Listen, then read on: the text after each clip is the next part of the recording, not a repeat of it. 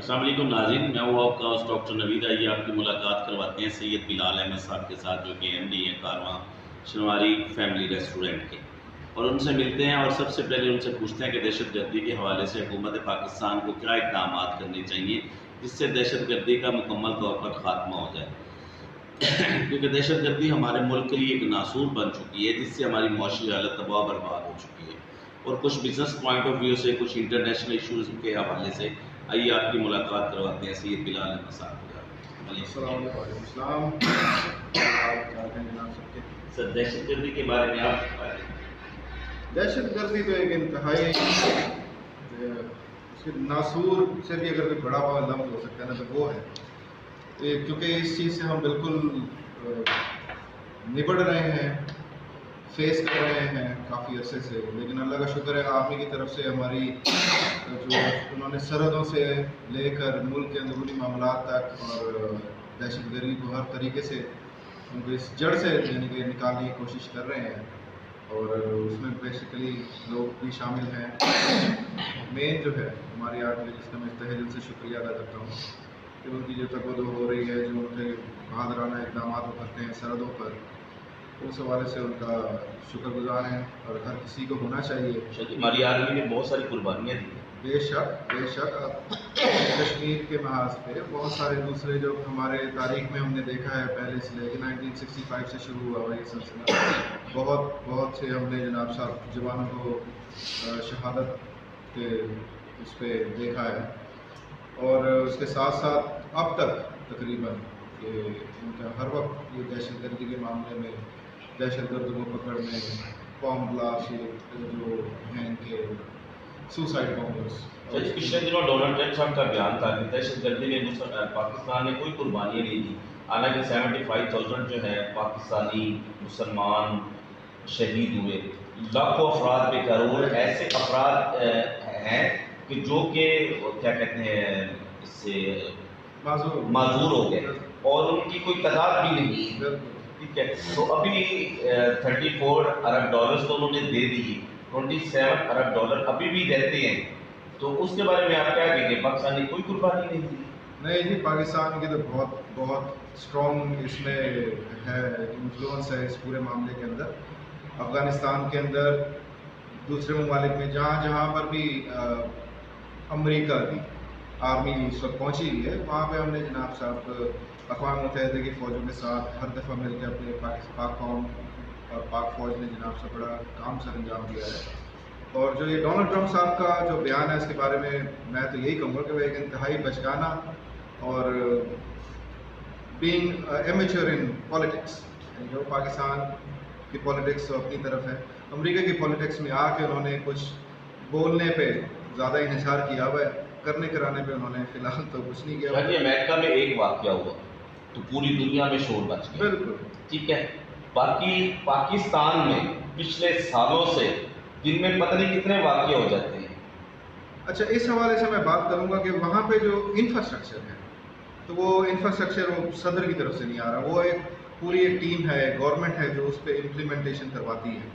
پاکستان میں بدنصیبی تھوڑی سی اس طرح سے ہے کہ وہ انفراسٹرکچر کی جو امپلیمنٹیشن ہے جو عام بندے کے لیے ہونی چاہیے، شاید اس میں فرق ہے کہ وہاں پہ صدارتی نظام ہے، بالکل، یہاں پہ جمہوریت، ٹھیک ہے۔ یہاں پہ ہمارا صدر جو ہے وہ برائے نام ہے، یہاں پہ ہمارے پاس جو اختیارات ہیں وہ ہمارے وزیر اعظم کے پاس ہے، ٹھیک ہے، لیکن یہ چیز ہے بالکل۔ لیکن وہ دیکھیں، اب کچھ جو معاملات ہماری پریزنٹ گورنمنٹ نے کیے ہیں، اس میں سے ایویلیویشن اس طرح کرنی چاہیے کہ کس جگہ پہ کس چیز کی زیادہ ضرورت ہے، نہ کہ میٹرو کی، یلو بس کی۔ ٹھیک ہے، وہ عوام کی خدمت کے لیے ہے، اس سے لوگوں کو لوکوموٹو ایک جگہ سے دوسری جگہ جانے میں آسانی ملتی ہے، لیکن کیا واقعی وہ ضروری تھا کہ پہلے ایک جگہ کو ترتیب وار طریقے سے خراب کیا جائے اور پھر اس کو دوبارہ بنایا جائے، اور وہ بھی کس چیز سے؟ ہمارے ہی پیسوں سے، ہمارے ہی ٹیکسوں سے، اور کریڈٹ لیتا ہے کوئی اور۔ لیکن میں being a very neutral person, Nawaz Sharif صاحب سے کوئی دشمنی نہیں ہے، صرف یہ کہ جو پلاننگز ہے وہ اب بیرون ممالک جو پلاننگز اور پاکستان میں جو اندرونی طور پہ جو پلاننگز ہوتی ہیں وہ 5 سالہ منصوبے بن تو جاتے ہیں، لیکن ہوتا یہ ہے کہ اگر منصوبہ 5 سال سے آگے چلا جاتا ہے تو آنے والی سر گورنمنٹ دیکھیں، ختم. میں آپ کی بات پر جی.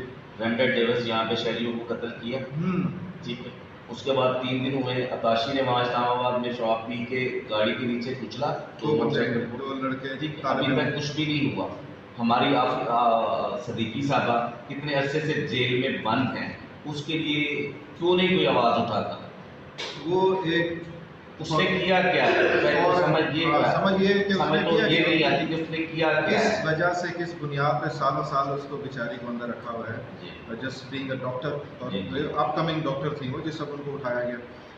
اور جو یہ 2 حادثے ہوئے ہیں، ایک جو پرانے والا ہو گیا جس میں بندے نے باقاعدہ فائرنگ کر کے بندوں کو ہلاک کر دیا، اور ریسنٹلی اس کی باقاعدہ CCTV فوٹیج بھی ہے کہ اس بندے نے گاڑی کا نمبر وغیرہ سب. اس سے معلوم یہی ہوتا ہے کہ ہمارا جو عام بندہ ہے حکومت کی نظروں میں اس کی ویلیو نہیں ہے. اور ادھر شہر کا خان عباسی نجی دورے پہ گیا، وہ وہاں پہ کپڑے اتار کے تلاش کے دے رہے ہیں. ان کا یہ بھی آپ نے ویڈیو دیکھی ہوگی. بالکل، ان کا ایک اور بیان آیا تھا جس میں کہہ رہے ہیں کہ وہ قانون کی انتہائی پاسداری کرتے ہیں، اور وہ بینگ آن اے پرسنل دورے پہ وہ گئے ہیں، لیکن انہی کے الفاظ ہے کہ وہاں پہ ان کا ایک اور امریکی کسی وزارتی افسر سے ان کی کوئی ملاقات تھی. So that is not being a نجی دورہ. وہ اب وہ ایسا نہیں رہے گا کہ وہ تو ایک نجی دورے پہ چلو گئے، لیکن ملک کا وزیر اعظم تو تھا نا. کپڑے، he is holding a red passport. جی، وہ کس طرح اس کو تو پروٹوکول ہی دوسرا ہے. وہ تو کہہ ہی نہیں سکتا کہ میں ایک عام آدمی ہوں. گرین پاسپورٹ نہیں تھا اس کے پاس، ریڈ پاسپورٹ تھا. ریڈ پاسپورٹ ہے، وہ تو امیڈیٹلی ایشو ہو جاتا ہے جس سے کا وزیر اعظم بنتے ہیں. جی، تو وہ ایک انتہائی شرمناک بات ہوئی. برازیل کا وہ تو آج کل کافی نکلا ہوا ہے. خالی برازیل نہیں ہے، بہت سارے دوسرے ممالک بھی ہیں جو ویسا ہی برتاؤ کرتے ہیں جیسا ان کے ساتھ امریکہ میں ہوتا ہے. تم نے ہمارے بندے کی تلاشی لی، تمہارے امریکی ٹورسٹ ہر جگہ جاتے ہیں گھومنے پھرنے کے لیے. میرے پوچھنے کا مقصد یہ تھا کہ ہمارا وزیر اعظم امریکہ میں تلاشی دیتا ہے اور وہ ہمارے بندوں کو سرے عام مارتا ہے، اور ہم کچھ نہیں کر سکتے. اس کی کیا وجہ ہے؟ میں سیدھے الفاظوں میں آپ کو شاہ جی بیان کرتا ہوں. وہ یہی ہے کہ جس سے مانگ رہے ہیں اس کے ساتھ ہم وہ نہیں آواز نہیں اٹھا سکتے، کیونکہ اگر ہم نے آواز اٹھائی تو جو ملنا ہے، جن سے ان بڑے لوگوں کی تنخواہیں نکل رہی ہیں، وہ تنخواہیں نہیں ملے گی، کیونکہ قرض پہ ہی چل رہا ہے سارا ملک فی الحال. شاہ جی، یہ کتنے عرصے سے آپ ہوٹلنگ کا کاروبار کر رہے ہیں؟ یہ ہوٹلنگ کا ایکسپیرینس میرا تقریباً 12 سال کا ہے. اس کو ایگزسٹنگ میں آئے ہوئے ہیں 1 سال ہو گیا. ہاں جی، اپریل میں. کنٹریز میں بھی رہے ہیں. جی، میں ملیشیا اور پاکستان میں کیا فرق محسوس کیا؟ فرق محسوس یہ کیا ہے کہ دے آر فاسٹ. اگر انہوں نے کسی چیز کی تبدیلی لے کر آنی ہے تو وہ لوگوں سے نہیں پوچھیں گے کہ یہ کرنا چاہیے یہ نہیں کرنا چاہیے، وہ کر دیتے ہیں. جس میں مسلمان ملک ہے، جی، پاکستان بھی مسلمان ملک ہے. بالکل. اس میں اور اس میں آپ نے کیا مختلف پایا؟ وہ جو مسلمان ملک ہے، it's a multiracial country. وہاں پہ چائنیز ہیں، وہاں پہ ہندو ہیں، تو ان کی کلیبریشن بہت اسٹرانگ ہے. پاکستان کے اندر ہمارے پاس 4 صوبے ہیں ماشاء اللہ سے، لیکن کچھ لوگوں کو اس پہ بھی تکلیف ہوتی ہے. وہ ہر وقت یہی چاہتے ہیں کہ پنجاب ہو، سندھ ہو، بلوچستان ہو، یہ فرقہ وارائیت پاکستان کو ختم کر دے، صوبوں کے سر پہ چلے. یہ علیحدہ وزیر اعظم. ہاں، لوگوں کی تو یہی کاوشیں چل رہی ہیں مجھے لگتا ہے، لیکن یہ نہیں ہونا چاہیے. پاکستان کی بنیاد پاکستان ہے، جس کا خواب بہت پہلے دیکھا گیا تھا. بنیاد اس کی بہت پہلے رکھی گئی تھی. معرض وجود میں 1947 میں آیا. ہمارے قائد اعظم کی انتہائی کاوشیں ہیں. سر سید احمد خان، علامہ اقبال نے اپنی شاعری کے ذریعے اس کو بہت پروموٹ کیا ہے. اور اب تک یہ کچھ لوگ بیان کرتے رہے ہیں کہ اگر قائد اعظم زندہ ہوتے تو وہ، لیکن اس کے ساتھ ساتھ ہم نے اس ملک کی ترقی بھی بہت دیکھی ہے. جو ہو رہا ہے اس وقت، بینگ اے نارمل پرسن، وہ اس طرح نہیں ہونا چاہیے تھا کہ ایک پیدا ہونے والا بچہ ہی 1,00,000 1,50,000 روپے کا مقروض ہے. 1,25,000 جناب، تو یہ نہیں ہونا چاہیے. ملک کے تگ و دو. چچا جی کو 5 سال ختم ہونے کو ہے، نون لیگ کی حکومت سے آپ کی سرٹیفکیشن ہے؟ سرٹیفکیشن سیٹسفائڈ نون لیگ سے نہیں، to be very frank, to be very honest. کیونکہ جو وعدے اور جو الفاظ میں نے ان کے منہ سے سنے ہیں، ان کا ایک پرانا بیان ہے، میرے خیال ہے اس دور حکومت کا نہیں تھا، وہ پچھلے دور حکومت کا تھا، جس میں انہوں نے آرمی کے خلاف بڑے نازیبا قسم کے الفاظ استعمال کیے. پھر اس دور میں